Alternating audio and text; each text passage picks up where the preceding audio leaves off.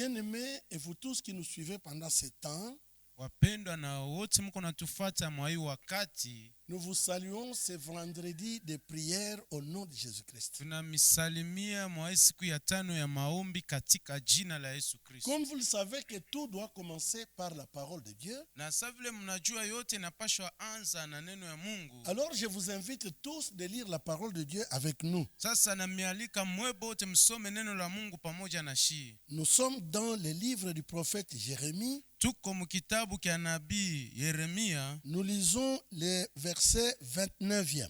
Tunasoma sura yake ya 29. Nous lirons du verset 13 du verset 7 au verset 13.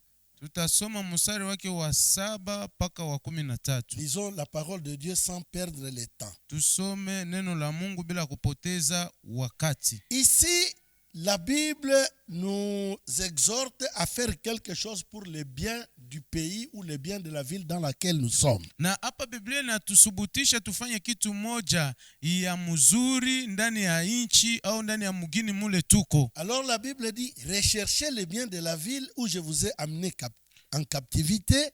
Sasa Biblia inasema tafuteni salama kwa mji ule niliowahamisha mufungwa. C'est une recommandation de Dieu lui-même. Ni agizo ya Mungu peke yake. Et priez l'Éternel en sa faveur, donc en faveur de ce pays ou de cette ville. Na muombe Bwana kwa faida yake, ni kusema kwa faida ya ile nchi au ya ile mgini. Parce que votre bonheur dépend du sien. Kwani eri yenu inatazamia ile nchi. Car ainsi parle l'Éternel des armées, le Dieu d'Israël. Maana Bwana wa majeshi Mungu wa Israeli anasema hivi. Ne vous laissez pas tromper par vos prophètes qui sont au milieu de vous. Musijiache kudanganywa na wanabii wabaya wiko katikati yenu. Et par vos devins. Na kupitia wafumu wenu. N'écoutez pas vos songeurs dont vous provoquez les songes. Na musisikilize wale wako na michokozea mandoto bale mko na lota ndoto. Car c'est les mensonges qu'ils vous prophétisent en mon nom. Kwa maana ni bongo iko na mitabiri kwa jina langu. Je ne les ai point envoyés, dit l'Éternel. Sikuwatuma kamwe, Bwana anasema. Mais voici ce que dit l'Éternel. Maana Bwana, tazama Bwana anasema hivi. Dès que 70 ans seront écoulés pour Babylone, wakati miaka 70 itaisha juu ya Babeli, je me souviendrai de vous. Nitawakumbuka. Et j'accomplirai à votre égard ma bonne parole. Na nitatimiza neno langu njema kwa wakati yenu. En vous ramenant dans ces lieux. Kuwarudisha ninyi pahali hapa. Car je connais les projets que j'ai formés sur vous, dit l'Éternel. Maana ninajua mawazo niliyowaza juu yenu, anasema Bwana. Projet de paix et non de malheur. Ni mawazo ya salama hapana ya ole. Afin de vous donner un avenir et de l'espérance. Ili niwape tumaini na kuwapatia taraja. Vous m'invoquerez et vous partirez. Nanyi mtaniita na mutakwenda. Vous me prierez et je vous exaucerai. Mutaniomba na nitawasikiliza. Vous me chercherez et vous me trouverez. Mutanitafuta na mtaniona. Si vous me cherchez de tout votre cœur. Kama mkinitafuta na moyo wenu wote. Amen. Amen. Notre thème est tiré juste des livres, de quelques paroles que nous venons de repasser dans la Bible. Na kishina yetu inatokelea paka muile matafsiri kidogo kidogo tunapata ndani ya Biblia. Recherchons le bien de notre pays. Tutafuteni mema ya nchi yetu. Car notre bonheur dépend de sien. Kwani eri yetu itatokelea mwa ile nchi. Lorsque le pays est béni, les habitants de ce pays sont aussi bénis. Wakati nchi moja iko ya kubarikiwa, wakaji wa mwile nchi nao ni wakubarikiwa. Je me rappelle lorsque le prophète Élisée nakumbuka wakati nabii Elisha est passé dans un pays où il y avait les eaux étaient infectées. Na alipita muinchi moja mule mai ilikuwa ishaingia, ilikuwa ishalabika. Alors les gens ne vivaient pas correctement. Sasa batu hawakuwa naishi mzuri. Tout le monde se lamentait. Batu yote walikuwa na nungunika. C'était à Jéricho. Ilikuwa mu Yeriko. Et lorsqu'on l'a reçu, na wakati walimpokea, ils ont dit le séjour de la ville est bon. na bakamwambia kuishi kwa nchi kuko njema, Mais seulement nous avons un problème. lakini tuko tuna mambo moya, C'est que les eaux de la ville sont infectées. ni kusema mai ya mugini isha kualabika. C'est ainsi que nous n'avons pas d'abondance dans ce pays. Njo pale atuna na utele ndani ya nchi. Les gens meurent, les gens souffrent Batu banakufa, batu banatesekana à cause des infections. kwa sababu ya hali mbaya. Alors lorsque Élisée a entendu ces paroles, Wakati Elisha alishikia hii neno, il a demandé tout simplement du sel dans un plat neuf. akalomba tu chumvi msaani ya sasa, Et il a demandé qu'on l'amène à la source de ces eaux-là. na akalomba bampeleke kuchemuchemu ya ile maji. Il est préférable, mes amis, Ni mzuri bandugu yangu, que parfois lorsque nous invoquons le Seigneur saa zingine wakati tunaita Bwana et nous lui présentons la situation de là où nous habitons, de notre pays ou de notre continent, na tunamonesha hali ya pale tuko na ikala ya nchi yetu au ya bahara yetu, c'est mieux aussi qu'on l'amène à la source de toutes les difficultés que nous sommes en train de vivre. ni mzuri tena tumupeleke kuchemuchemu ya ile magumu tuko naishi. C'est-à-dire par la foi, nous lui montrons par où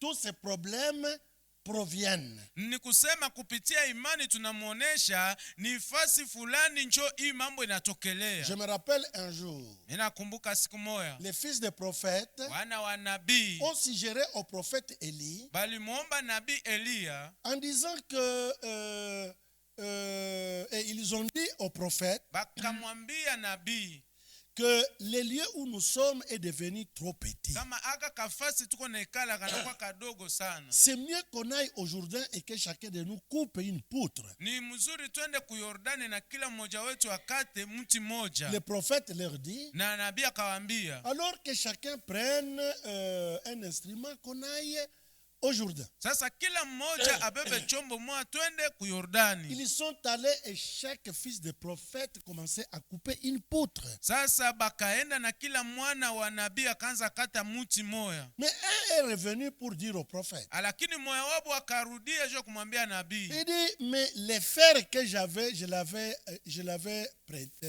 emprunté, mais c'est tombé dans l'eau. Anasema hii shoka nilikuwa nayo nililomba kwa mtu lakini naanguka ndani ya mai. Le prophète a dit tout simplement, montre-moi le lieu où c'était tombé. Lakini nabii akasema tu nionyeshe ile fasi iliangukia. On a montré au prophète les lieux où le fer était tombé. Na bakaonesha nabii ile fasi ile kiume iliangukia. Il est allé prendre tout simplement un morceau de bois sec. Akenda beba tu kipande tu kia mti ya kukauka. Et il a jeté sur le lieu où le fer était tombé. Na akaitupia pale kwenye ile kiume iliangukia. Entre le bois sec et le fer, Katikati ya mti ya kukauka na kiuma, c'était le fer qui pesait sérieusement. ni kiuma ndio ilikuwa ya buzito sana. C'était au fer de choses de tirer le bois vers lui. Ilikuwa ni kiuma ndio ilipasha kokota ile mti imufate. Mais un miracle va s'opérer. Lakini muujiza moja itafanyika. Dès qu'il a jeté le morceau de bois, Wakati tu alitupa kipande ya mti, et ce morceau de bois a fait surnager le fer. na ile kipande ya mti ikapandisha kiuma yulu. Et le fils des prophètes a récupéré le fer. Na mwana wa nabii akabebele ile kiuma. Bien-aimés dans le Seigneur, Bapendwa katika même Bwana, nous pouvons aller vers notre prophète Jésus-Christ. atashie tutezenda kwa nabii wetu Yesu Kristo. Et nous lui montrons par où c'était tombé. Na tunamuonesha fasi ile iliangukia. Nous pouvons lui montrer par où ces problèmes ont commencé. Na tutaweza muonesha ile fasi ile mambo ilianzia.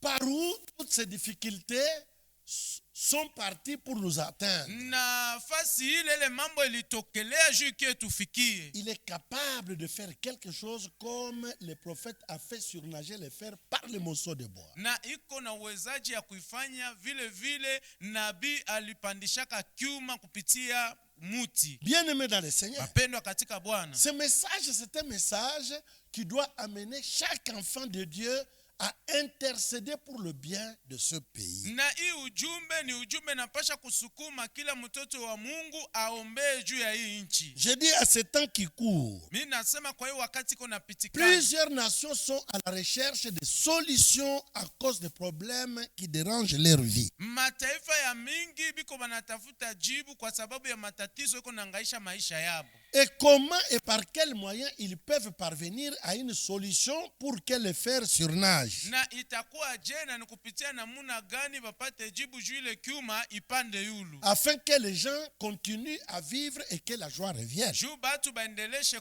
kuishi na furaha irudie. Quand le fer a surnagé, Wakati kiuma ilipanda yulu, la joie est revenue dans le cœur du fils des prophètes. na furaha ikarudia mumoyo ya mwana wa nabii. Mais aujourd'hui, Lakini leo dans la recherche de solutions à travers le monde, mukutafuta jibu dunia yote mzima, parfois les nations sont en train de se confier dans leur intelligence saa zingine mataifa biko nategemea kwa akili yabo ou dans le pouvoir financier qu'ils détiennent. au ndani ya mamlaka ya kifedha yenye biko nayo. Mais depuis qu'ils ont commencé, pas de solution. Lakini tangia balianza jibu haionekani. C'est pourquoi nous, enfants de Dieu, nous devons nous lever Ndio maana she batoto ya Mungu tunapasha shimama pour qu'on amène le Seigneur juu tusukume à Bwana l'endroit là où tout a chaviré. pale kwa ile fasi biote bilijamia. Alors la Bible nous exhorte en disant Sasa Biblia inatusubutishe kisema de compter sur le nom de l'Éternel par la prière. tutumainie kwa jina la Bwana kupitia maombi. C'est pourquoi le psalmiste dit, Ndio maana mtunga Zaburi anasema ceux-ci s'appuient sur leurs chars aba banategemea kugari yabo et les autres sur leurs chevaux. na bengine ku farasi zao. Mais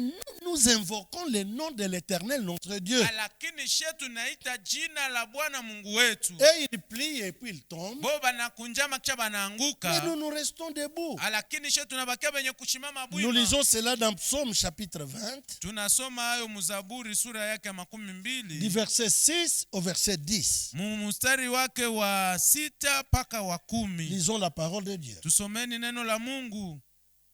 Nous nous réjouirons de ton salut. Shie tunafurahi na wokovu wako. Nous lèverons Tute- l'étendard au nom de notre Dieu. Tutenua bendera yake kwa jina la Mungu wetu. L'Éternel exaucera tous tes vœux. Na Bwana atajibia kiapo zako zote. Je sais déjà que l'Éternel sauve son oint. Ninatangulia najua kama Bwana anaokoa mpakaliwa wake. Il exaucera des cieux de sa sainte demeure. Ataokoa tangia mbingu Il l'exaucera atawajibu kutokea mbingu kwa pahali pake takatifu par les secours puissants de sa droite. kupitia msaada wake, uwezo wa mkono wake wa Alors kuume. ceux-ci s'appuient sur leurs chars Sasa wengi wanaamini magari yao et ceux-là sur leurs chevaux. na wengine mafarasi Mais yao. nous invoquons le nom de l'Éternel notre Dieu. Lakini sisi tutataja jina la Bwana Mungu wetu. Eux, ils plient et ils tombent. Wameinama na kuanguka. Mais nous nous tenons fermes Lakini sisi tunanyanyuliwa wenye kusimama et nous restons debout. na tunabakia wenye kushimama. L'Éternel sauve le roi, Bwana anaokoa mfalme, qu'il nous exauce atujibu quand nous l'invoquons. wakati tunapomuita. Bien-aimés dans le Seigneur, Wapendwa katika Bwana, les gens à travers le monde, batu mulimwengu yote mzima, chacun est en train de compter sur le pouvoir qu'il détient. kila mtu iko natumainia kwa ile mamlaka kunayo. C'est pourquoi quand un problème arrive, Ndio maana wakati mambo tu inafika, les riches disent, batajiri banasema ça ne fera rien parce que moi j'ai ma richesse. haitafanya kitu juu mimi niko na mali yangu. Ceux qui sont forts physiquement disent, Benye biko na nguvu mkimwili banasema ça ne fera rien parce que moi je vais utiliser ma force physique. haitafanya kitu juu mimi ndatumikisha nguvu yangu ya kimtu. Pour les autres, leur force c'est leur famille biologique. Juu ya bengine nguvu yabo ni jamaa yabo mle Pour wanatokelea. les autres, c'est leur position dans la société. Juu ya bengine ni msimamo yabo ndani ya jamii. Mais souvent, nous voyons que leur force a toujours des limites. Lakini mara mingi tunaonaka kama nguvu yabo iko paka na mipaka. C'est pourquoi on nous exhorte, nous chrétiens, Ndio maana wanatusubutisha sisi wa Kristo, nous enfants de Dieu, sisi watoto wa Mungu, d'aller vers le Seigneur kwenda mbele ya Bwana et d'invoquer son nom. na kuita jina lake. Parce que lorsque nous invoquons son nom, Juu wakati tunaita jina lake, Et ils plient. bo bana kunjama, Mais nous restons debout. lakini shi tunabakia banye kushimama bwima. Parce que l'Éternel, Juu wa milele il est prêt à nous venir au secours par sa main droite. iko tayari kutuletea msaada kupitia mkono wake wa kuume. C'est pourquoi ceux-ci peuvent s'appuyer sur leurs chars, Njo maana haba bengine batiza tegemea kuma farasi yabo, les autres sur leurs chevaux. bengine kuma gari yao. Il y a des gens qui se tapent par la poitrine. Kuko batu wengine kwa ripiga kukilari, Ils comptent sur leurs parents. banatumainia bazazi yabo. Mais nous comptons sur le nom de notre Dieu. Lakini she tunatumainia kwa jina la Mungu Car le wetu. nom de notre Dieu, Juu jina la Mungu wetu c'est ça notre salut. njo sasa wokovu yetu hii. Ça doit être quelque chose connu par tous les enfants de Hii Dieu.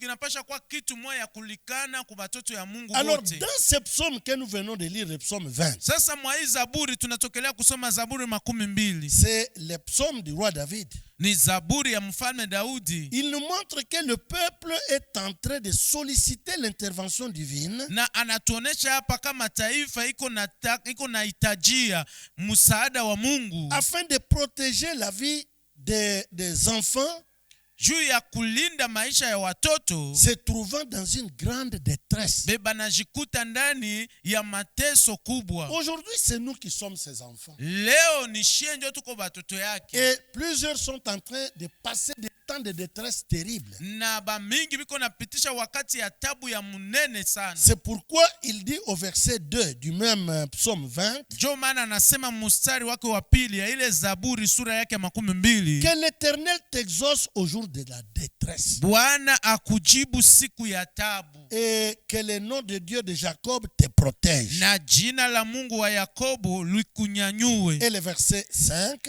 Na mstari wake wa 5, qu'il te donne ce que ton cœur désire akupe hamu ya moyo wako et qu'il accomplisse tous tes desseins. na kutimiza mashauri yako yote. Bien-aimés dans le Seigneur, Wapendwa katika Bwana, les hommes peuvent se lever. bantu bateza shimama, Les hommes peuvent venir vers toi pour t'attaquer ou te décourager. bantu bateza kuya mbele yako juu ya kugombanisha au kukuvunja Les moyo. hommes peuvent faire toutes sortes de déclarations. Bantu bateza fanya maneno yote na kwako. Ils peuvent se décider comme ils veulent, chacun selon le pouvoir qu'il détient. Bateza beba mpango vile na bapendeza kila mmoja kufuatana na mamlaka iko nayo. Mais il y a une chose que nous, enfants de Dieu, nous devons connaître. Lakini kitu mmoja batoto wa Mungu tunapasha kujua. Quelles que soient les déclarations des gens de ce monde, Ingawa mesemo ya batu ba dunia hii, nous devons savoir que c'est le dessein de l'Éternel qui finira par s'accomplir. tunapasha kujua kama ni mawazo ya Mungu ndio tafikia kutimizika. Ils peuvent te prendre Bateza kukubeba comme ils ont pris Jephthé sa vile balimubeba Yefuti et l'ont chassé loin de la maison de son na père. bakamfukuza mbali ya nyumba baba yake. Mais comme Dieu avait des projets avec Jephthé, Lakini sa vile Mungu alikuwa na matengenezo pamoja na Yefuti, il a suivi Jephthé là où il était. na akafata Yefuti kule kwenye alikuwa, Et il a accompli son dessein sur la vie de Jephthé qui était devenu leur roi. na akatimiza mapenzi yake juu ya maisha ya Yefuti mwenye akageuka akakuwa mfalme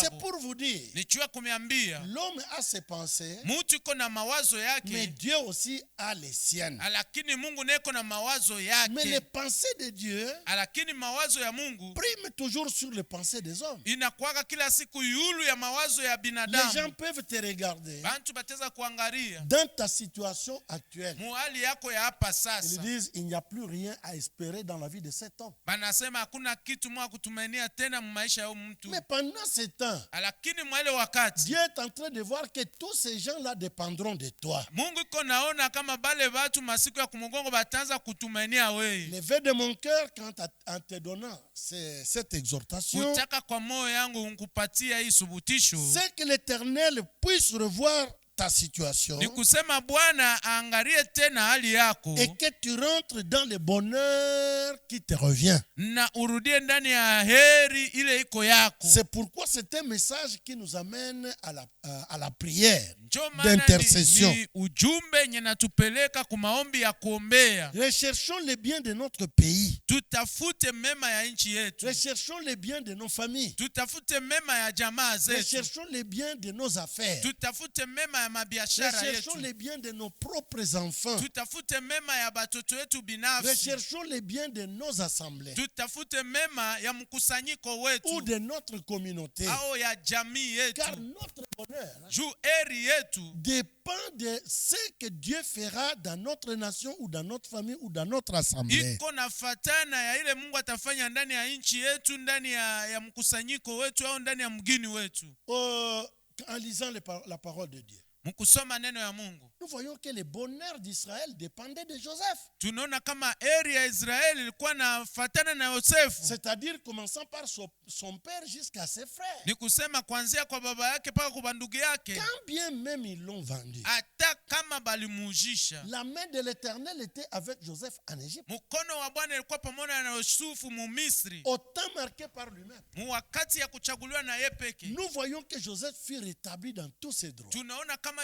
Yosefu anarekebisha haki zake zote. Et c'est lui maintenant qui a pris la vie de ses frères, de toute sa famille pendant la période d'une grande famine. Na yenjo alichukua maisha ya bandugu yake ya jamaa yote mu wakati ya njala ya mnene. Même aujourd'hui Dieu est capable de le faire. Hata leo Mungu kuna uwezaji ya kuifanya. Toujours le même David dit dans le psaume 34. Paka ule Daudi moja anasema mzaburi sura yake 34.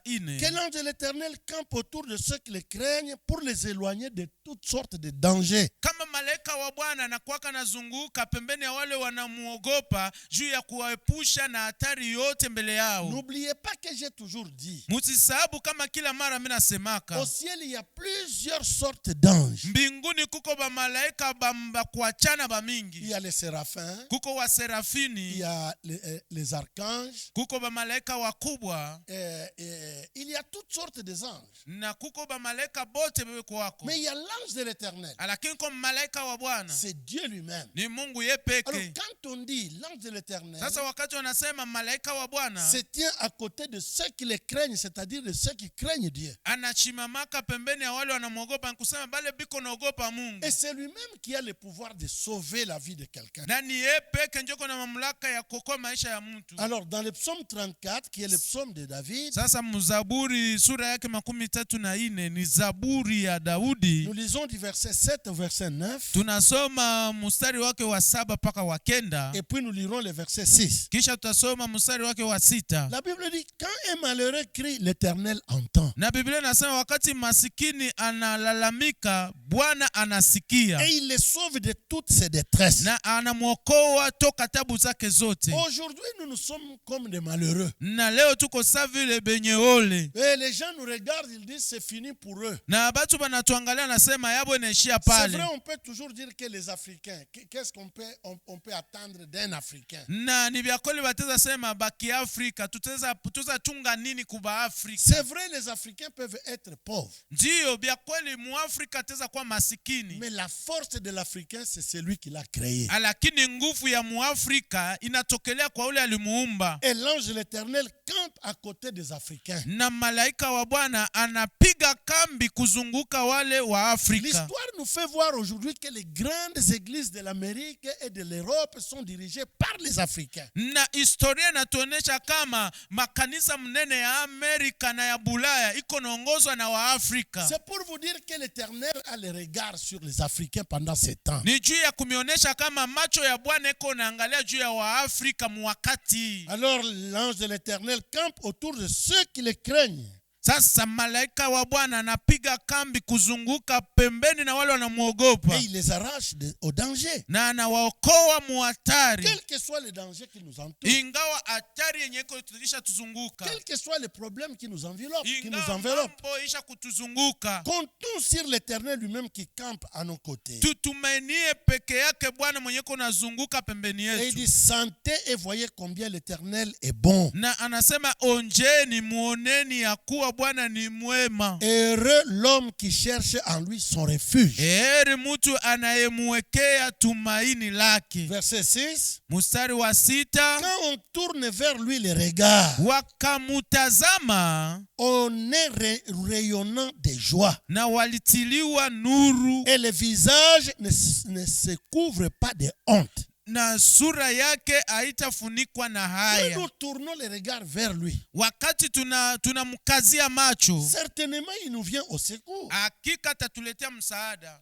Et on est rayonnant de joie. na tunajazwa na Et furaha, nos visages ne se couvriront jamais de honte. na uso zetu kamwe hazitafunikwa na haya. C'est pourquoi dans 1 Samuel 21, Ndio maana Samueli wa kwanza sura yake 21, 1 Samuel 21, Samueli wa kwanza 21, lisons du verset 7 au verset 15. tusome mstari wa 7 mpaka wa 15. 1 Samuel au chapitre 21. Samueli wa kwanza sura yake 21. Lisons du verset 7 au verset 15. Tusome mstari wake wa 7 mpaka wa 15. La Bible dit ceci. Biblia inasema hivi: Là, ce même jour, un homme d'entre les serviteurs de Saül se trouvait enfermé devant l'Éternel. Basi mtu mmoja mtumishi wa Sauli alikuwa pale siku ile, amezungushwa akiongozwa mbele ya Bwana. C'est-à-dire ce serviteur-là était dans le confinement total. Ni kusema ule mtumishi alikuwa ishawekewa fasi moja ya kweneana. Il n'y avait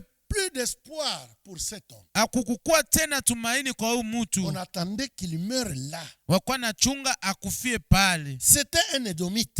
Alikuwa Mwedoniti. Son nom c'était Doeg. Jina lake likuwa Doegi, chef de berger de Saül. mchungaji wachungaji wa Saulu. David dit à Achimelech, Daudi akamwambia Ahimeleki, n'as-tu pas sous la main une lance ou une épée? hauna na mkono yako mkuki moja au mpanga moja? Car je n'ai pris avec moi ni mon épée ni mes armes. Kwa sababu sikubeba mikononi mwangu ni hata mpanga wangu wala silaha yangu. Parce que l'ordre du roi était pressant. Juu agizo ya mfalme ilikuwa ya kusukumwa. Le sacrificateur répondit, Mkoani akajibia, voici l'épée de Goliath le Philistin que tu as tué dans la vallée de Térébinthe. Elle est enveloppée dans un drap derrière l'éphod. Tazama upanga wa Goliati Mfilistini uliyemuua kwa bonde la Ela.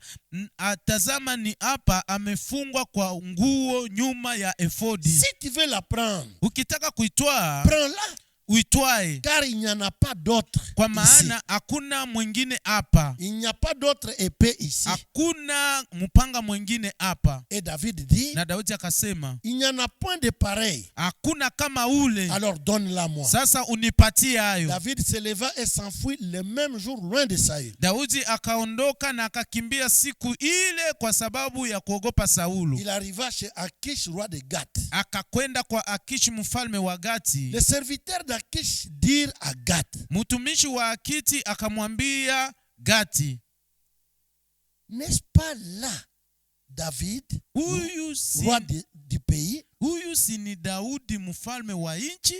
N'est-ce pas celui pour qui les femmes chantaient en dansant, Saül a frappé ses 1000 et David ses 10,000? Sini unjo walikuwa naambia habari zake katika michezo wakisema, Sauli ameua 1000 zake na Daudi 1000 zake 10. David prit à cœur ces paroles. Na Daudi akaweka maneno haya moyoni mwake.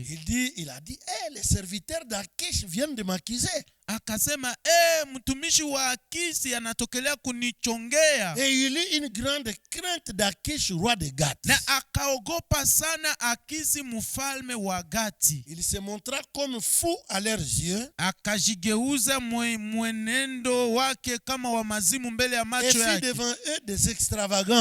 Na akajifanya mwenyewe wa huzuni mikononi mwao. Il faisait des marques sur les battants des portes. Akakuna milango ya lango. Et il laissait couler sa salive sur sa barbe. Na akaacha mate yake kuanguka juu ya ndevu lake. Akish dit à ses serviteurs, Akisha akamwambia mtumishi wake, vous voyez bien que cet homme a perdu la raison. tazama mnaona mzuri huyu mtu mwenye wazimu anapoteza akili. Pourquoi me l'amenez-vous? kwa nini basi mumemuleta Est-ce kwangu? que je manque de fous pour que vous m'ameniez celui-ci? Ninakosa watu wenye mazimu hata muniletee mtu wa hivi? Et me rendiez témoignage de ces extravagances? Na munioneshe wazimu wake mbele yangu? Faut-il qu'il entre dans ma maison? Mtu huyu inapasha ingie nyumbani mwangu? 22 verset 1.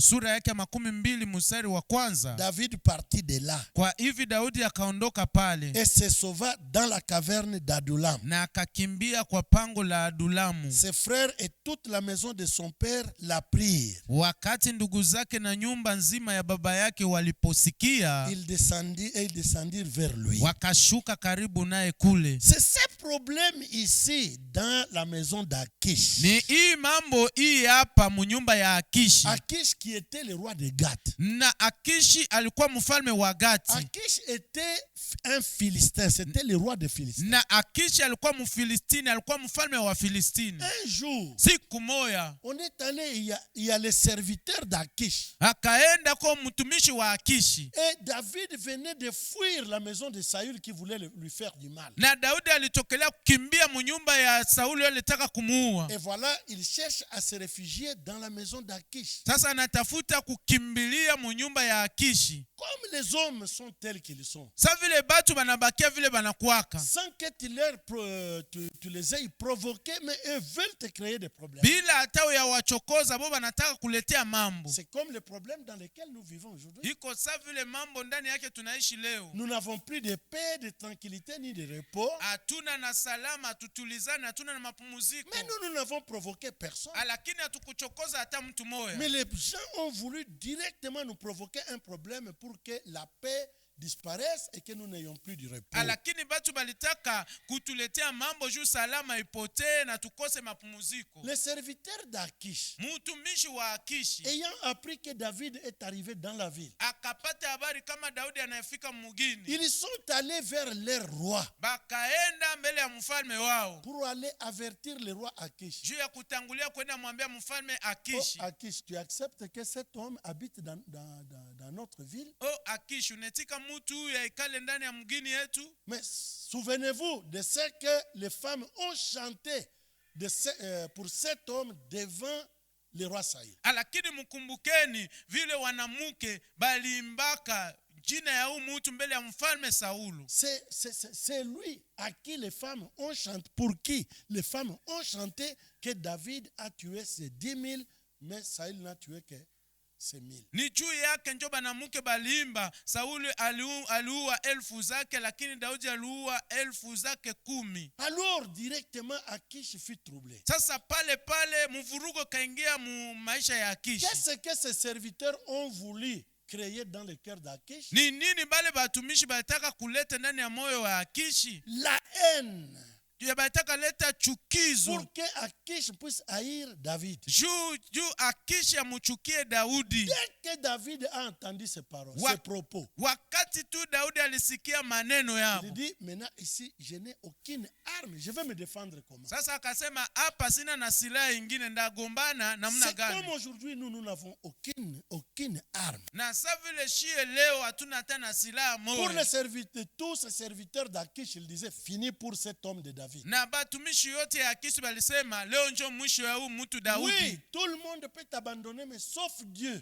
Ndiyo batu yote bataweza kutupa, hapana Mungu. Dieu n'a pas abandonné David. Mungu akumwacha Daudi Dans sa frayeur, muboga wake. il dit à une des sentinelles qui était là, un soldat, Anaambia moja wazamu walikuwa pale, alikuwa askari. est-ce qu'il n'y a pas une lance ici ni une épée? Anasema eti hapa hakuna mkuki moja au mpanga moja. On dit non, il n'y a que l'épée de Goliath que toi-même tu as tué, tu sais. Asema hapa kopaka mpanga moya ya ule mtu liwaka Goliathi, unajua. Il dit vous me la donnez. Anasema munipatie hayo. On lui a remis cette épée. Bakampatie ile mpanga. David prend l'épée, il se saigne l'épée. Na Daudi anabeba ile mpanga anaivala. Mais il dit comment je peux me sauver? Anasema namna gani ndajiokoa? l'Éternel lui donne une idée. na Bwana anampatia wazo moya, L'Éternel lui donne une révélation. na Bwana anampatia ufunuo moya. Même nous, Dieu nous donnera des révélations pour nous en tirer de cette situation. Atachie Mungu atatupatia maufunuo moya juu tujitoshe mwa hii mambo. Dieu lui demande de se faire passer pour un fou. Na Mungu anamuomba ajifanye sawa vile wabazimu. Il laisse sa salive couler sur sa barbe et sur ses habits. Anaacha mate yake iko na telemuka kuma ndevu yake na juu ya Et manguo devant yake. toutes les portes des maisons et toutes les fenêtres, il commençait à écrire. Na mbele ya milango yote ya manyumba na madirisha yote anaanza anjika. Mais quand le roi est sorti, Sasa wakati mfalme alitoka, il trouve un homme bizarre. anaona mtu moya wa Il kushangaisha. appelle les gens de sa maison. Anaita batu ba munyumba Il dit, yake. vous m'amenez un fou, quelqu'un qui a déjà perdu la tête. Hata mnaniletea wabazimu, mtu ashapoteza akili. Pour que je fasse quoi? Que je les garde chez moi dans la maison? Juu nifanye nini? Nimuchunge munyumba yangu? Dans mon pays ici, c'est plein de fous. Ndani ya nchi yangu humu mko ba mazimu ba mingi. Est-ce que ce sont les fous qui me manquent? Eti ni ba mazimu ndio Allez, bananikosea? prenez-les, mettez-les hors de la ville. Mbebe mtupe mbali na nchi. Voilà comment David a échappé à la mort devant Akish, le roi de Gath. Na tazama namna gani Daudi aliponyoka mbele ya kifo ya mfalme Akishi. Alors c'est ainsi qu'il a chanté au psaume 34. Sasa njoo hivi alimbaka muzaburi 34 que nous allons reprendre avant de terminer. ye tutarudiria mbele ya kumaliza. Psaume chapitre 34. Zaburi sura yake ya 34. David dit Daudi anasema au verset 6, mstari wake wa 6, quand on tourne vers lui les regards, wakamutazama kumwangalia, alors on est rayonnant de joie. sasa unakuwa na angaziwa na furaha, Et le visage ne se couvrira pas de honte. na sura yako haitajifunika na haya. Quand un malheureux crie, l'Éternel entend. Wakati masikini analalamika, Bwana anasikia Et il les sauve de toutes ses détresses. na anamuokoa ndani ya tabu zake Car zote. l'ange de l'Éternel campe autour de ceux qui le craignent. Kwa maana malaika wa Bwana anapiga kambi kuzunguka mbele ya wale wanamuogopa. Pourquoi? Juu ya nini? Et c'est parce qu'il les arrache au danger. Ni juu anawaokoa ndani ya hatari. Alors il dit, venez vous tous, Sasa anasema kuyeni wote, sentez et voyez combien l'Éternel est bon. onjeni na muone ya kuwa Bwana ni mwema. Heureux l'homme qui cherche en lui son refuge. Heri mtu yule anatafutia kwake kimbilio. C'est à cause de la façon dont l'Éternel l'a tiré des menaces de Akish. Ni namuna vile Bwana alimutosha mbele ya ushambulizi wa Akishi. Même toi et moi, Hata we na mie, Dieu nous retirera Mungu atatutosha de toutes ces détresses. mwa hii tabu yote. Bref, Kwa kifupi, la délivrance de notre nation ou de nous-mêmes ou de nos affaires ufungulivu ya nchi yetu au ya shebenyo au ya makazi yetu dépendra de notre engagement dans la prière itafatana na vile tutajiweka ndani ya maombi afin de permettre à l'Éternel d'agir. juu ya kuruhusu Bwana atende. Que Dieu bénisse sa parole. Mungu abariki neno lake Au nom de Jésus-Christ. katika jina la Yesu Kristo. Prions Dieu. Tuombe. Mungu Éternel, nous te disons merci parce que tu es bon. Bwana, tunakwambia asante juu wewe ni mwema. Hors de toi, il n'y a point de Dieu qui soit comme toi. Nje yako hakuna ba miungu wa kufanana. Viens nous secourir comme tu as secouru David devant l'attaque, devant la mort en provenance d'Akish, le roi de Gath. Kuya utusaidie, kuya utuokoa vile ulimuokoa Daudi mbele ya ushambulizi ya mfalme wa Gadi. Car la délivrance est entre tes mains. Kwani ufungulivu iko ndani ya mikono Que yako. Dieu nous soutienne. Na Mungu atushikamishe, Qu'il nous donne la victoire devant nos ennemis. atupatie ushindi mbele ya adui Au zetu nom de Jésus-Christ. katika jina la Yesu Kristo. Amen. Amen.